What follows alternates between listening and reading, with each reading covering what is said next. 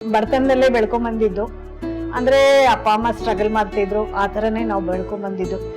ಮನೆ ಮುಂದೆ ಫುಲ್ ಸ್ಫಟಿಕ ಹೂವಿನ ಗಿಡಗಳಿರೋದು, ತೋಟ ಇರೋದು. ಅಮ್ಮ ಒಂದು ಅಜ್ಜಿ ಇತ್ತು ಅಲ್ಲಿ ನಮ್ ಕಾಂಪೌಂಡ್ ಅಲ್ಲಿ, ಎಲ್ಲ ಕಟ್ಕೊಡೋರು, ತಗೊಂಡೋಗಿ ಬೀದಿ ನಿಂತ್ಕೊಂಡು ಮಾಡ್ಕೊಂಡ್ ಬರ್ತಿದ್ದೆ. ಏನಂದ್ರೆ ಒಂಥರ ಅಫೆಕ್ಷನೇಟ್ ಪ್ರೊಟೆಕ್ಟೆಡ್ ಫ್ಯಾಮಿಲಿ ತರ ನನ್ಗೇನು ಇರ್ಲಿಲ್ಲ, ಟು ಬಿ ಫ್ರಾಂಕ್. ನಾನು ಆ ಟೈಮಲ್ಲೇನೆ ಏನು ಅಂತ ಹೇಳಿದ್ರೆ ಮನೆಯಲ್ಲಿ ಫೀಸ್ ಕಟ್ಟಕ್ಕೂ ದುಡ್ಡು ಇರ್ತಿರ್ಲಿಲ್ಲ. ಬದುಕ್ಬೇಕಲ್ಲ, ಅದಕ್ಕೋಸ್ಕರ ಬದುಕು ಕಟ್ಕೊಳ್ಬೇಕಲ್ವಾ, ಅದಕ್ಕೋಸ್ಕರ ತುಂಬಾ ಸ್ಟ್ರಗ್ಲಿಂಗ್ಸ್ ಇತ್ತು ನಮ್ಗೆ ಆಗಿಂದ. ಆ ಸ್ಟ್ರಗ್ಲಿಂಗ್ ಅಲ್ಲೂ ನಾನು BA ಗ್ರಾಜುಯೇಷನ್ ಮಾಡ್ಕೊಂಡೆ. ಏನು ಇಲ್ಲ ಅಂದ್ರೆ ನಾನು ಇವತ್ತು ಕೆಲ್ಸಕ್ಕೆ ಹೋಗಲ್ಲ ಅಂದ್ರೂ ಮನೇಲಿ ಕೂತ್ಕೊಂಡು ಒಂದು 3 ಟೈಮ್ ಊಟ ಮಾಡೋಕ್ಕಾದ್ರೂ ನಾನು ಒಂದು ಸೇಫ್ಟಿ ಮಾಡ್ಕೋಬೇಕು ಲೈಫಲ್ಲಿ. ಈ ತರ ಒಂದು ಪ್ಲಾನ್ಸ್ ನನಗೆ ಆಗಿಂದಾನೇ ಇತ್ತು.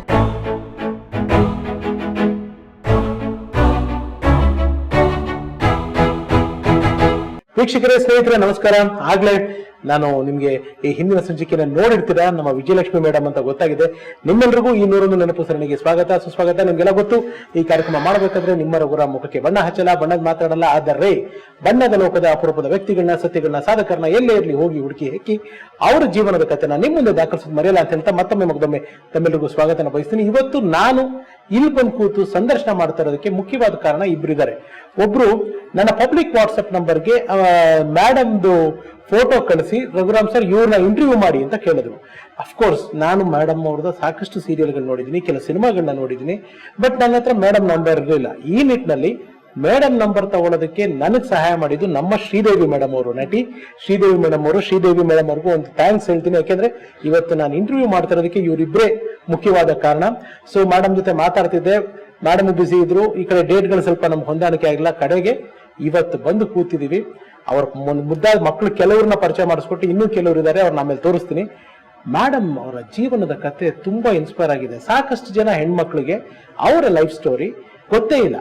ಇದು ನಾನು ಅವ್ರ ಹತ್ರ ಮಾತಾಡ್ತಾ ನನಗೆ ಗೊತ್ತಾಗಿದ್ದು ತುಂಬಾ ಅದ್ಭುತವಾದ ವಿಷಯಗಳು ಅನ್ನಿಸ್ತು. ಸೊ ನಿಮ್ ಜೊತೆ ಹಂಚ್ಕೊಳಕ್ಕೆ ಇವತ್ತು ಅವ್ರ ಮನೆಗೆ ಬಂದಿದ್ದೀನಿ. ಬನ್ನಿ, ಹಾಗಿದ್ರೆ ನಮ್ಮ ವಿಜಯಲಕ್ಷ್ಮಿ ಮೇಡಮ್ ಅವರ ಮನೆ ಒಳಗೆ ಬಂದಾಯ್ತು, ಅವ್ರ ಮನಸ್ಸೊಳಗಡೆ ಹೋಗೋಣ. ಹಾಗಿದ್ರೆ ನಿಮ್ಮೆಲ್ಲರಿಗೂ 101 ನೆನಪಿಗೆ ಸ್ವಾಗತ ಸುಸ್ವಾಗತ.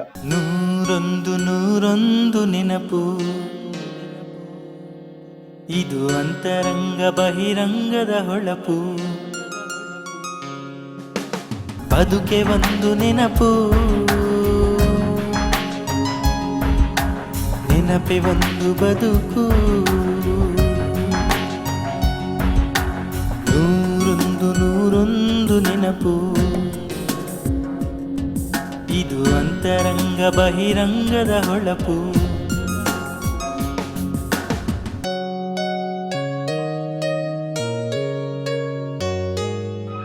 ಸ್ನೇಹಿತರೆ, ನಮ್ ಜೊತೆ ಇದ್ದಾರೆ ನಮ್ಮ ವಿಜಯಲಕ್ಷ್ಮಿ ಅವರು. ಅಮ್ಮ ನಮಸ್ಕಾರ. ನಮಸ್ಕಾರ. ಥ್ಯಾಂಕ್ ಯು ಮಾ, ನಿಮ್ಮ ಟೈಮ್ಗೆ ತುಂಬಾ ಥ್ಯಾಂಕ್ಸ್. ಖುಷಿ ಆಯ್ತು ನನ್ಗೆ ಮನೆಗೆ ಬಂದಿದ್ದು.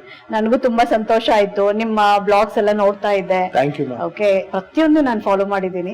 ಸೊ ನನಗೆ ಖುಷಿ ಆಯ್ತು, ನಾನು ಒಂದು ಪಾರ್ಟ್ ಆಗಿ ಅದನ್ನ ಬರ್ತಿದ್ದೀನಿ ಅಂತ. ನಿಮ್ಮ ಸಾಧನೆ ತುಂಬಾ ದೊಡ್ಡದಿದೆ ಅಮ್ಮ. ಬಟ್ ನೀವು ಹೆಂಗಂದ್ರೆ ಬೂದಿ ಮುಚ್ಚಿರೋ ಕೆಂಡ ತರ, ಗೊತ್ತಿಲ್ಲ ಯಾರಿಗೂ. ಆ ಬೂದಿನ ಸ್ವಲ್ಪ ತೆಗೆಯುವಂತ ಕೆಲಸ ಇವತ್ತು ನಾನು ಮಾಡೋದಕ್ಕೆ ಬಂದಿದ್ದೀನಿ. ಎಸ್ ಮಾ, ನಿಮ್ಮ ನೆನಪಿನ ಊರುಗಳು ಹೋಗೋದಕ್ಕೆ ಸ್ಟಾರ್ಟ್ ಮಾಡೋಣ. ಮೊದಲನೇದಾಗಿ ನಿಮ್ಮ ಮೂಲ ಹೆಸರು ವಿಜಯಲಕ್ಷ್ಮಿನೇನಾ? ಹೌದು. ಹುಟ್ಟ ಹೆಸರು ಅದೇ? ಎಸ್ ಮಾ. ನೀವು ಅಪ್ಪ ಅಮ್ಮ ಅಣ್ಣಂದ್ರು? ಒಂದು ಓಕೆ, ಮಿಡ್ಲ್ ಕ್ಲಾಸ್ ಫ್ಯಾಮಿಲಿ. ತುಂಬಾ ಏನು ಲಕ್ಸುರಿ ಆಗಿ ಬೆಳೆದಿಂತ ಆತರ ಏನೂ ಇಲ್ಲ. ತುಂಬಾ ವೆರಿ ಲೋ ಅಂಡ್ ಇದು ಬಡತನದಲ್ಲೇ ಬೆಳ್ಕೊಂಡ್ ಬಂದಿದ್ದು. ಅಂದ್ರೆ ಅಪ್ಪ ಅಮ್ಮ ಸ್ಟ್ರಗಲ್ ಮಾಡ್ತಿದ್ರು, ಆ ತರನೇ ನಾವು ಬೆಳ್ಕೊಂಡ್ ಬಂದಿದ್ದು. ಈವನ್ ಅಂದ್ರೆ ಆ ಪಾಠಗಳೆಲ್ಲ ನನ್ನ ಬದುಕಲ್ಲಿ ನಾವು ಕಷ್ಟಪಟ್ಟು ಅಟ್ಲೀಸ್ಟ್ ಒಂದು ಟಾರ್ಗೆಟ್ ನಾವು ಬರ್ಬೇಕು ಅಂತ ನಾನು ಪ್ಲಾನ್ ಮಾಡ್ಕೊಂಡಿದ್ದೆ. ಅವ್ರನ್ನ ನೋಡಿ, ನಮ್ ತಂದೆನ್ ನೋಡಿ, ನಮ್ ದೊಡ್ಡಪ್ಪನ್ ನೋಡಿ, ಅವರೆಲ್ಲ ಕೊನೆಯವರೆಗೂ ಒಂದು ಸೈಕಲ್ ಅಲ್ಲೇ ಮಾಡ್ಕೊಂಡು ಹಾಗೆ ಹೊಟ್ಟೋದ್ರು. ಅದನ್ನೆಲ್ಲ ನೋಡಿದಾಗ ನನ್ಗೆ ಇಲ್ಲ ನಂದು ಒಂದು ರಿಟೈರ್ಮೆಂಟ್ ಅಂತ ನಾವು ಒಂದು ಟೈಮ್ ಫಿಕ್ಸ್ ಮಾಡ್ಕೊಳ್ತೀವಲ್ಲ ಲೈಫಲ್ಲಿ, ಅಷ್ಟರಲ್ಲಿ ಅಟ್ಲೀಸ್ಟ್ ತುಂಬಾ ಲಕ್ಸುರಿ ಇಲ್ದಿರ ಇದ್ರು ಅಟ್ಲೀಸ್ಟ್ ಇರೋಕೊಂದ್ ಮನೆ. ಏನು ಇಲ್ಲ ಅಂದ್ರೆ ನಾನು ಇವತ್ತು ಕೆಲ್ಸಕ್ಕೆ ಹೋಗಲ್ಲ ಅಂದ್ರೂ ಮನೇಲಿ ಕೂತ್ಕೊಂಡು ಒಂದು 3 ಟೈಮ್ ಊಟ ಮಾಡೋಕ್ಕಾದ್ರೂ ನಾನು ಒಂದು ಸೇಫ್ಟಿ ಮಾಡ್ಕೋಬೇಕು ಲೈಫಲ್ಲಿ. ಈ ತರ ಒಂದು ಪ್ಲಾನ್ಸ್ ನನಗೆ ಆಗಿಂದಾನೇ ಇತ್ತು, ಚಿಕ್ಕವಳಿಂದಾನೇ ಇತ್ತು. ಹಾಗಾಗಿ ಈ ಸ್ಕೂಲಲ್ಲೇ ಆಗ್ಲಿ, ಇವಾಗ ಯೂನಿಫಾರ್ಮ್ ಅಂತ ಇರುತ್ತೆ. ಬುಧವಾರದ ದಿವಸ ಕನ್ನಡ ಮೀಡಿಯಂ ಓದಿದ್ದು ನಾನು 7th ವರೆಗೂ. ಸ್ವಾಮಿ ವಿವೇಕಾನಂದ ವಿದ್ಯಾಸಂಸ್ಥೆ ಅಂತ ಡಬಲ್ ರೋಡ್ ಅಲ್ಲಿ. ಅಲ್ಲಿ ಏನಂದ್ರೆ ಬುಧವಾರದ ದಿವಸ ಕಲರ್ ಡ್ರೆಸ್ ಅಂತ ಇರುತ್ತೆ, ಶನಿವಾರದ ದಿವಸ ವೈಟ್ ಡ್ರೆಸ್ ಅಂತ ಇರುತ್ತೆ. ನಮ್ಗೇನಂದ್ರೆ ಮನೇಲಿ 2 ಬ್ಲೂ ಕಲರ್ ಯೂನಿಫಾರ್ಮ್ ಹೊಲಿಸ್ಬಿಟ್ಟು ಒಂದು ವೈಟ್ ಕಲರ್ ಯೂನಿಫಾರ್ಮ್ ಹೊಲಿಸ್ಬಿಟ್ಟು ಹೋಗಿದ್ದ ಕೆಲಸ. ಆ ಕಲರ್ ಡ್ರೆಸ್ ಹಾಕೊಳ್ಳೋಕೆ ವೆಡ್ನೆಸ್ಡೇ ನಮ್ಗೆ ಆ ಕಲರ್ ಡ್ರೆಸ್ ಇರ್ತಿರ್ಲಿಲ್ಲ. ಆಗ ಅದನ್ನ ನಾವೇನ್ ಮಾಡೋದು ಗೊತ್ತಾ, ನಾನು ಬ್ಲೂ ಡ್ರೆಸ್ನ ಹಾಕೊಂಡು ಹೋಗೋದು, ಏನ್ ಮಾಡೋದು ಇಲ್ಲ ಅಂತ. ಆ ತರದ್ದೆಲ್ಲ ಪ್ರಾಬ್ಲಮ್ಸ್ ಅಲ್ಲಿ ಬೆಳೆದಿದೀವಿ ನಾವು. ಆಮೇಲೆ ನಾನು ಒಂದು 10-11 ಇಯರ್ಸ್ ಅಲ್ಲಿ ಇರ್ಬೇಕಾದ್ರೆ ಮನೆ ಮುಂದೆ ಫುಲ್ ಸ್ಫಟಿಕ ಹೂವಿನ ಗಿಡಗಳಿರೋದು, ತೋಟ ಇರೋದು. ಅಮ್ಮ ಒಂದು ಅಜ್ಜಿ ಇತ್ತು ಅಲ್ಲಿ ನಮ್ಮ ಕಾಂಪೌಂಡ್ ಅಲ್ಲಿ, ಎಲ್ಲ ಕಟ್ಕೊಡೋರು, ತಗೊಂಡೋಗಿ ಬೀದಿ ನಿಂತ್ಕೊಂಡು ಮಾರ್ಕೊಂಡ್ ಬರ್ತಿದ್ದೆ. ಸೊ ಆ ತರದೆಲ್ಲ ನಾನ್ ಲೈಫ್ ನೋಡ್ಕೊಂಡ್ ಬಂದಿದ್ದೀನಿ. ವಿ ಹ್ಯಾವ್ ಟು, ಏನ್ ಮಾಡೋದು, ಏನು ಮಾಡಕ್ಕಾಗಲ್ಲ. ಮತ್ತೆ ಕಾಲೇಜು ನಾನು, ಅಪ್ಪನ ಹೆಸರೇನಮ್ಮ? ಅಪ್ಪ ಸುಬ್ರಹ್ಮಣ್ಯ ಅಂತ, ಅಮ್ಮ ಜಯಲಕ್ಷ್ಮಿ ಅಂತ. ಇಬ್ರು ಅಣ್ಣಂದಿರು ನನ್ಗೆ. ಒಬ್ರು ಇಂಡಸ್ಟ್ರಿಯಲ್ಲೇ ಇದ್ದಾರೆ, 2ನೇವರು. ಏನಂದ್ರೆ ಒಂಥರ ಅಫೆಕ್ಷನೇಟ್ ಪ್ರೊಟೆಕ್ಟೆಡ್ ಫ್ಯಾಮಿಲಿ ತರ ನನ್ಗೇನು ಇರ್ಲಿಲ್ಲ, ಟು ಬಿ ಫ್ರಾಂಕ್. ಅಮ್ಮ ಒಂಥರ ಸ್ವಲ್ಪ ಹಿಟ್ಲರ್ ಟೈಪ್ ಅಲ್ಲೇ ಇರ್ತಿದ್ರು. ಅಪ್ಪ ನನಗೆ ತುಂಬಾ ಪ್ರೀತಿ ಮಾಡೋರು. ಬಟ್ ಏನಂದ್ರೆ ಅವರಲ್ಲಿ ಒಂದು ಜಗಳ, ಮನಸ್ತಾಪಗಳು ತುಂಬಾ ಇರೋದು. ಹಾಗಾಗಿ ನಾನು 15-16 ಇಯರ್ಗೆ ನಮ್ಮ ತಂದೆ ಫ್ಯಾಮಿಲಿ ಬಿಟ್ಟು ನನ್ನ ನೇಟಿವ್ ಹೊಟ್ಟೋದ್ರು. ಸೇಲಂ ಆಕ್ಚುಲಿ ನಮ್ ನೇಟಿವ್. ಅಲ್ಲಿ ಹೊಟ್ಟೋದ್ರು. ಹೋಗ್ಬಿಟ್ಟು ಅವ್ರು ಬೇರೆ ಮದುವೆ ಮಾಡ್ಕೊಂಡ್ರು. ಆಫ್ಟರ್ 1 or 2 ಇಯರ್ಸ್ ಬೇರೆ ಮದುವೆ ಮಾಡ್ಕೊಂಡ್ರು. ಆಮೇಲೆ ಅದು ನಾನಾಗಾಗ ನಮ್ಮ ತಂದೆನ ಹೋಗಿ ಮೀಟ್ ಮಾಡ್ತಾ ಇದ್ದೆ. ಊರ್ಗ್ ಹೋದಾಗ ಅಲ್ಲಿ ಮೀಟ್ ಮಾಡ್ತಾ ಇದ್ದೆ. ಅವ್ರಂತೂ ಇಲ್ಲಿ ಬರ್ತಿರ್ಲಿಲ್ಲ. ಇಲ್ಲಂತೂ ಕಟ್ ಆಗೋಯ್ತು ಎಲ್ಲ. ಅಮ್ಮ ಬೇಡವೇ ಬೇಡ, ಅವರು ಕನೆಕ್ಷನ್ ಬೇಡ ಅಂತ ಇದ್ ಮಾಡ್ಬಿಟ್ಟಿದ್ರು. ಹಾಗಾಗಿ ಅದ್ ಹಾಗೆ ಬಿಟ್ಟೋಯ್ತು. ಬಟ್ ಅಪ್ಪನ ನಾನು ಆಗಾಗ ಮೀಟ್ ಮಾಡ್ತಿದ್ದೆ.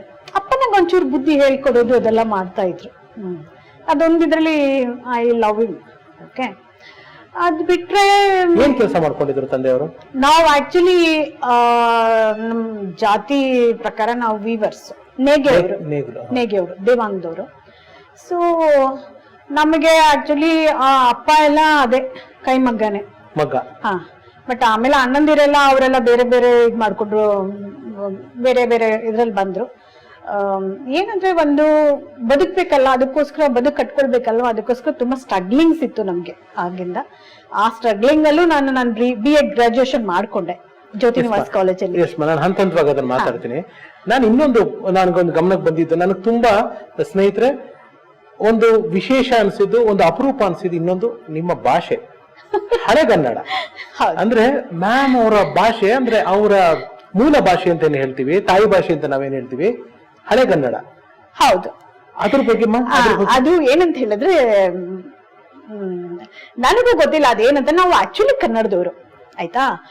ನಾನು ತಿಳ್ಕೊಂಡಿದ್ದು ನನ್ನ ಸ್ವಂತ ಇದ್ರೆ ಎಲ್ಲಿ ನಾನು ಕೇಳಿ ಕೇಳಿ ಕೇಳಿ ನಮ್ಮ ಅಮ್ಮನಿಗೆ ನಮ್ಮ ಅಜ್ಜಿಗೆ ಎಲ್ಲ ಕೇಳಿ ಇದೇನಿದು ಈ ತರ. ಯಾಕಂದ್ರೆ ದೇವಾಂಗದಲ್ಲಿ ಈ ಕಡೆನೂ ಇದಾರೆ, ಉಮಾಶ್ರೀ ಮೇಡಮ್ ಎಲ್ಲ ಇದಾರಲ್ಲ, ಅವರು ದೇವಾಂಗದವ್ರೆ, ಶ್ರೀನಿವಾಸ ಮೂರ್ತಿ ಸರ್ ಅವರೆಲ್ಲ ದೇವಾಂಗದವರು.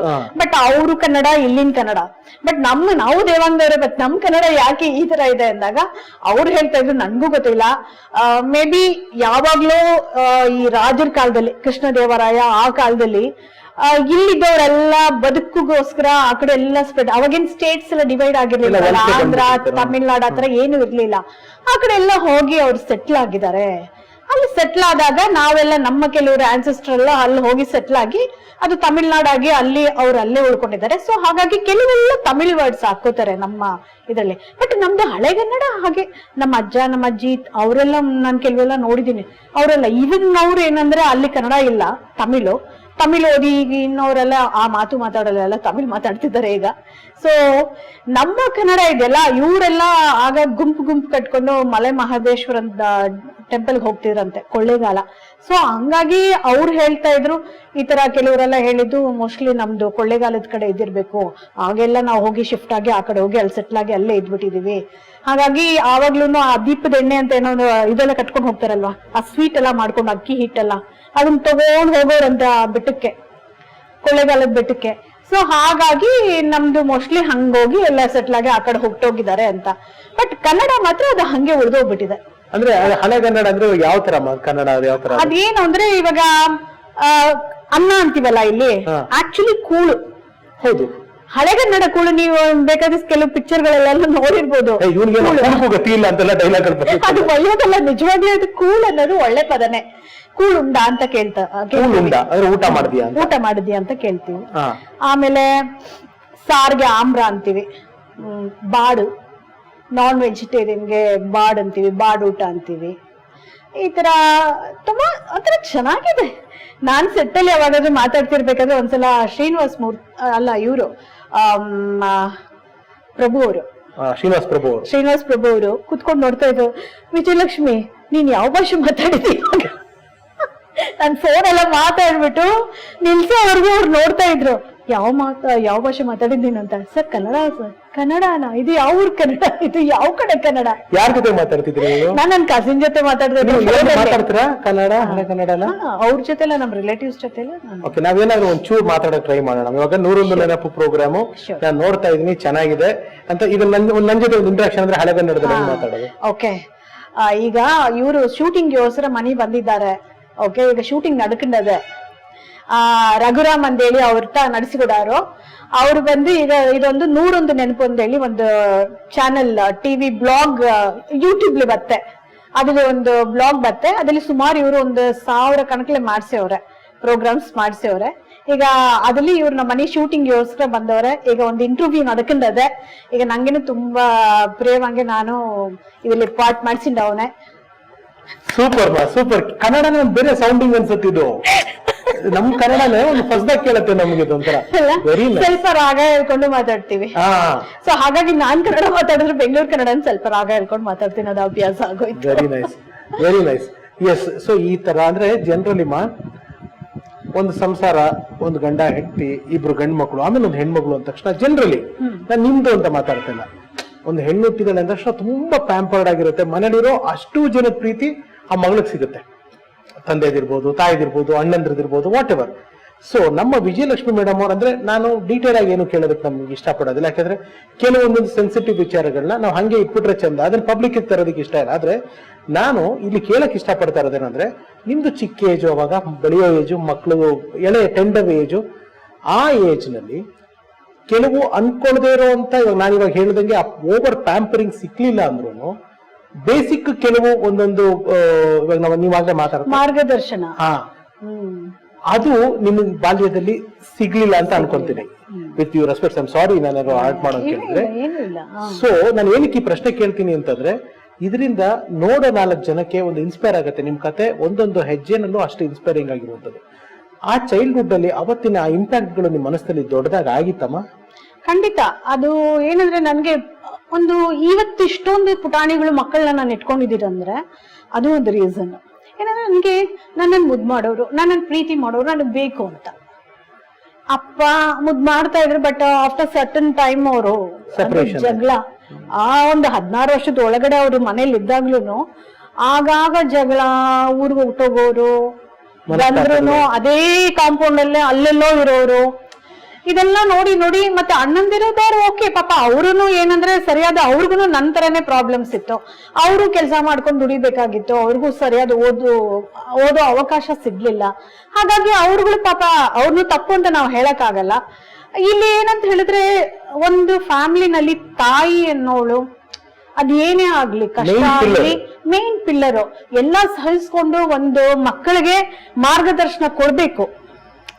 ಇದು ತಪ್ಪು, ಇದು ಸರಿ, ನೀನ್ ಈ ದಾರಿಲಿ ಹೋಗ್ಬೇಕು, ನೀನ್ ಹೀಗೆ ಮಾಡ್ಬೇಕು, ಕಾಯಿ ಒಳ್ಳೆ ದಿನ ಬರುತ್ತೆ, ಏನಾದ್ರೂ ಒಂದು ಸಪೋರ್ಟ್ ಆಗ್ಲಿ, ಒಂದು ಮಾರಲ್ ಸಪೋರ್ಟ್ ಆಗ್ಲಿ ಕೊಡ್ಬೇಕು. ಬಟ್ ಅದೇನಂದ್ರೆ ನನ್ನ ಲೈಫ್ ಇದ್ರಲ್ಲಿ ಅದು ಲ್ಯಾಕಿಂಗ್. ನನ್ಗದು ಏನಂದ್ರೆ ನಾನೇ ತಿಳ್ಕೊಬೇಕಾಗಿತ್ತು. ಈ ದಾರಿಲಿ ಹೋದ್ರೆ ಆಗತ್ತಾ, ಕನ್ಫ್ಯೂಷನ್. ಒಂದ್ 4-5 ದಿವಸ ನಿದ್ದೆ ಮಾಡ್ತಿರ್ಲಿಲ್ಲ, ಇದು ಸರಿನಾ, ಅದು ತಪ್ಪ, ಹಿಂಗ್ ಮಾಡಿದ್ರೆ ಹೇಗೆ. ಕೊನೆಗೂ 5ನೇ ದಿವಸ ನಾನೇ ಆ ಒಂದು ಕನ್ಕ್ಲೂಷನ್ ಬರ್ತಿದ್ದೆ. ಹಾಗಾಗಿ ಅವತ್ತಿಂದ ಇವತ್ವರೆಗೂ ಸೆಲ್ಫ್ ಡಿಸಿಷನ್ ತಗೊಳ್ಳೋದು ನನಗೆ ಅಭ್ಯಾಸ ಆಗೋಯ್ತು. ಅದು ಎಷ್ಟೋ ಸಲ ನನ್ಗೆ ಅನ್ಸುತ್ತೆ, ಇದು ನನಗ್ ಶಾಪ ಅಲ್ವಾ, ಐ ವಾಂಟ್ ಟು ಡಿಪೆಂಡ್. ನಾನು ಇವತ್ತು ಅನ್ಕೊಳ್ಳೋದು, ಇವಾಗ ಒಂದ್ ಯಾವ್ದಾದ್ರು ಒಂದ್ ಸಣ್ಣ ವಿಷಯ ಮಾಡ್ಬೇಕಾದ್ರೆ, ಮಗ ಆಸ್ಟ್ರೇಲಿಯಲ್ಲಿ ಕೂತಿದ್ದಾನೆ, ಅವನು ಮೆಸೇಜ್ ಮಾಡ್ತೀನಿ, ನಾನು ಇದ್ ಮಾಡ್ದೆ, ಇದು ಓಕೆನಾ, ನನ್ಗೆ ಇವಾಗ ಐ ವಾಂಟ್ ಟು, ಇನ್ನಾದ್ರೂ ನಾನು ಅದರಿಂದ ಫ್ರೀ ಆಗ್ಬೇಕು ಅಂತ. ಅವನನ್ನ ಕೇಳ್ತೀನಿ, ಹೀಸ್ ಆಲ್ಸೋ ಈಗ ಅವನು ಒಂದು ಡಿಪೆಂಡೆಂಟ್ ಆಗಿದ್ದಾನೆ, ಹುಡುಗ ದೊಡ್ಡವನಾಗಿದ್ದಾನೆ. ಸೊ ಅವನು ಅಮ್ಮ ಇದ್ ಮಾಡು ಹೇಳುವಾಗ ನಂಗೆ ಸರಿ ಆಯ್ತು, ಇವಾಗ ನಾನು ಅಟ್ಲೀಸ್ಟ್ ಅಷ್ಟೊಂದು ಟೆನ್ಷನ್ ಮಾಡ್ಕೊಳ್ಳೋದು ಬಿಟ್ಬಿಟ್ಟಿದ್ದೀನಿ. ಆಯ್ತಾ, ನಾನು ಅವ್ನು ಹೇಳ್ತಾ ಇದ್ದಾನಲ್ಲ, ಅವ್ನು ಇದ್ ಮಾಡ್ಕೊಂಡು ಹೋಗೋಣ, ಫಾಲೋ ಮಾಡ್ಕೊಂಡು ಹೋಗೋಣ ಅಂತ. ಯಾಕಂದ್ರೆ ನಾವು ಕೆಲವು ಸಲ ಮಕ್ಕಳನ್ನು ಫಾಲೋ ಮಾಡ್ಬೇಕಾಗತ್ತೆ. ತಿಳ್ಕೊಳ್ಳೋದು ಎಷ್ಟೊಂದಿದೆ ಅಂತ ಹೇಳಿದ್ರೆ, ನಾವು ಬೆಳೆಸಿದ ಮಕ್ಳು ಅವನ ಹತ್ರ ಏನ್ ಕೇಳೋದು ಅಂತ ಅನ್ಕೋಬಾರ್ದು. ಅವರು ಎಷ್ಟು ನಮ್ಗಿಂತ ಮುಂದೆ ಇರ್ತಾರೆ, ಅವ್ರ ಹತ್ರ ತಿಳ್ಕೊಳ್ಳೋದು ಎಷ್ಟೊಂದಿದೆ. ಸೊ ನಾನು ಅದನ್ನೆಲ್ಲ ಫಾಲೋ ಮಾಡ್ತಾ ಇದ್ದೀನಿ. ಇವಾಗ ನಾನು ಒಂದು ಫ್ರಾಂಕ್ ಆಗಿ ಕೇಳ್ತೀನಮ್ಮ ಪ್ರಶ್ನೆ. ಅಂದ್ರೆ ನನಗೆ ಈ ಪ್ರಶ್ನೆ ನಾನು ಪ್ರಿಪೇರ್ ಆಗಿ ಬಂದಿರಲಿಲ್ಲ. ಇವಾಗ ನಿಮ್ಮ ಉತ್ತರದಿಂದ ನನಗೆ ಆ ಪ್ರಶ್ನೆ ಕೇಳಬೇಕು ಅಂತ ಅನಿಸ್ತಾ ಇದೆ. ಬೆಳೆಯೋ ಏಜ್ ಅಲ್ಲಿ ನಮ್ಮ ಜೀವನದಲ್ಲಿ ನಡೆಯುವಂತ ಕೆಲವು ಕಹಿ ಘಟನೆಗಳು ಅಥವಾ ಕೆಲವು ಪರಿಣಾಮಗಳು ನಮ್ಮ ಬೆಳವಣಿಗೆಗೆ ಅಡ್ಡಿಯಾಗುತ್ತೆ, ಅಥವಾ ದಿಕ್ ತಪ್ಪೋದು, ದಾರಿ ತಪ್ಪೋದು.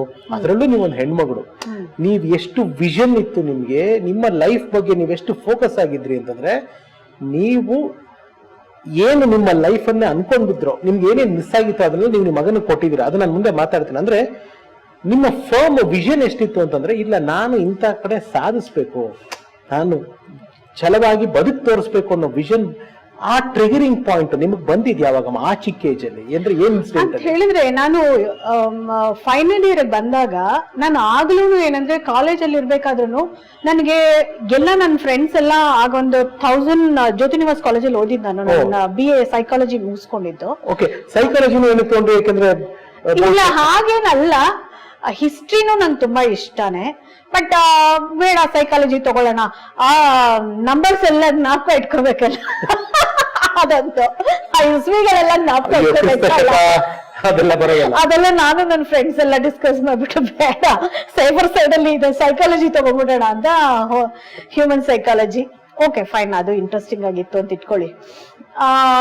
ಆಗ ಏನಂದ್ರೆ ನನ್ನ ಫ್ರೆಂಡ್ಸು ನಾವು ಎಲ್ಲ ನಾನು ಆ ಟೈಮಲ್ಲೇನೆ ಏನು ಅಂತ ಹೇಳಿದ್ರೆ, ಮನೆಯಲ್ಲಿ ಫೀಸ್ ಕಟ್ಟಕ್ಕೂ ದುಡ್ಡು ಇರ್ತಿರ್ಲಿಲ್ಲ. ಆಯ್ತಾ, ಆಗೇನಂದ್ರೆ ನಮ್ದು ಬ್ಯಾಕ್ವರ್ಡ್ ಕಮ್ಯುನಿಟಿ, ದೇವಾಂಗದವ್ರು ಅಂದ್ರೆ ಬ್ಯಾಕ್ವರ್ಡ್ ಕಮ್ಯುನಿಟಿ ಬರುತ್ತೆ ಗವರ್ಮೆಂಟ್ ಇಂದ, ಅದೊಂದು ಪಂಗಡ ಅಂತ ಮಾಡಿದ್ದಾರೆ. ಅಲ್ಲಿ ನಮ್ಗೆ ಒಂದು ಫಾರ್ಮ್ ಫಿಲ್ಅಪ್ ಮಾಡ್ಕೊಟ್ರೆ 10% ಕಟ್ಟಿದ್ರೆ ಸಾಕು, ಆ 10% 3 ತಿಂಗಳಾದ್ಮೇಲೆ ವಾಪಸ್ ಬಂದ್ಬಿಡುತ್ತೆ. ಆತರ ಇದ್ದಿದ್ರಿಂದಾನೇ ನಾನು BA ವರ್ಗೂ ಓದಕ್ಕಾಯ್ತು, ಇಲ್ದಿದ್ರೆ ಕಷ್ಟ ಆಗ್ತಿತ್ತು, ಓದಕ್ ಆಗ್ತಿರ್ಲಿಲ್ಲ. ಸೊ ಆತರ ನಾನು ಓದ್ಕೊಂಡ್ ಬಂದಿತ್ತು. ಅದಾದ್ಮೇಲೆ ಏನಂದ್ರೆ, ನಾನು ಓದೋವಾಗ್ಲೂ ಕಾಲೇಜಲ್ಲಿ ಇರ್ಬೇಕಾದ್ರೂ ಸುಮ್ನೆ ಅಂತೂ ಇರ್ತಿರ್ಲಿಲ್ಲ, ಯಾಕಂದ್ರೆ ಕೈ ಖರ್ಚಿಗೂ ದುಡ್ಡು ಬೇಕಾಗ್ತಿತ್ತಲ್ವಾ. ಸೊ ಹಾಗಾಗಿ ಊರಿಂದ ನಮ್ಮ ಎಲ್ಲ ನಾವು ವೀವರ್ಸ್ ಅಲ್ವಾ, ಎಕ್ಸ್ಪೋರ್ಟ್ದು ಬಟ್ಟೆಗಳೆಲ್ಲ ಬರೋದು, ಡ್ಯಾಮೇಜ್ ಆದಾಗ ಅವೆಲ್ಲ ರಿಜೆಕ್ಟ್ ಆಗ್ಬಿಟ್ರೆ ಬಂಡಲ್ ಇರೋದು, ಅವ್ರು ನಮ್ಮ ರಿಲೇಟಿವ್ ಒಬ್ರು ಬೆಂಗಳೂರಿಗೆ ತಗೊಂಡ್ಬಂದು ಮಾರೋರು, ಅವ್ರ ಹತ್ರ ನಾನು ಅದನ್ನ ತಗೊಂಡೋಗಿ ಕಾಲೇಜಲ್ಲಿ ಫ್ರೆಂಡ್ಸಿಗೆ ಮಾರ್ತಿದ್ದೆ. ಫ್ರೆಂಡ್ಸಿಗೆ ಮಾರಿ ನಾನು ಡ್ರೆಸ್ ಹೊಲ್ಸ್ಕೊಂಡು ಹಾಕೊಂಡು ಹೋಗೋದು, ಅದನ್ನ ನೋಡಿದಾಗ ಅವರು ಚೆನ್ನಾಗಿದೆ ನಾನು ತಗೋತೀನಿ ಅಂತ ಹಂಗೆ ಒಬ್ರು ತಗೊಳ್ಳೋದು, ಅದನ್ನೆಲ್ಲ ಮಾಡಿದೀನಿ ನಾನು ಕಾಲೇಜಲ್ಲಿ ಇರ್ಬೇಕಾದ್ರೆ ಮಾಡಿದೆ. ಆಮೇಲೆ ಫೈನಲ್ ಇಯರ್ ಬರ್ತಾ ಇದ್ದಂಗೆನೆ ನಮ್ಮ ಫ್ರೆಂಡ್ಸ್ಗೆಲ್ಲ ನಾವ್ ಯಾರು ಮದುವೆ ಮಾಡ್ಕೊಳ್ಳೋದು ಬೇಡ, ನಾವೆಲ್ಲ ಸ್ವಂತವಾಗಿ ಚೆನ್ನೈನಲ್ಲಿ ಯಾರೋ ಒಂದು ಲೇಡೀಸ್ ಒಂದು ರೆಸ್ಟೋರೆಂಟ್ ಮಾಡಿದ್ರು, ಅದು ಬುಕ್ಕಲ್ಲಿ ಓದಿದ್ವಿ ನಾವು.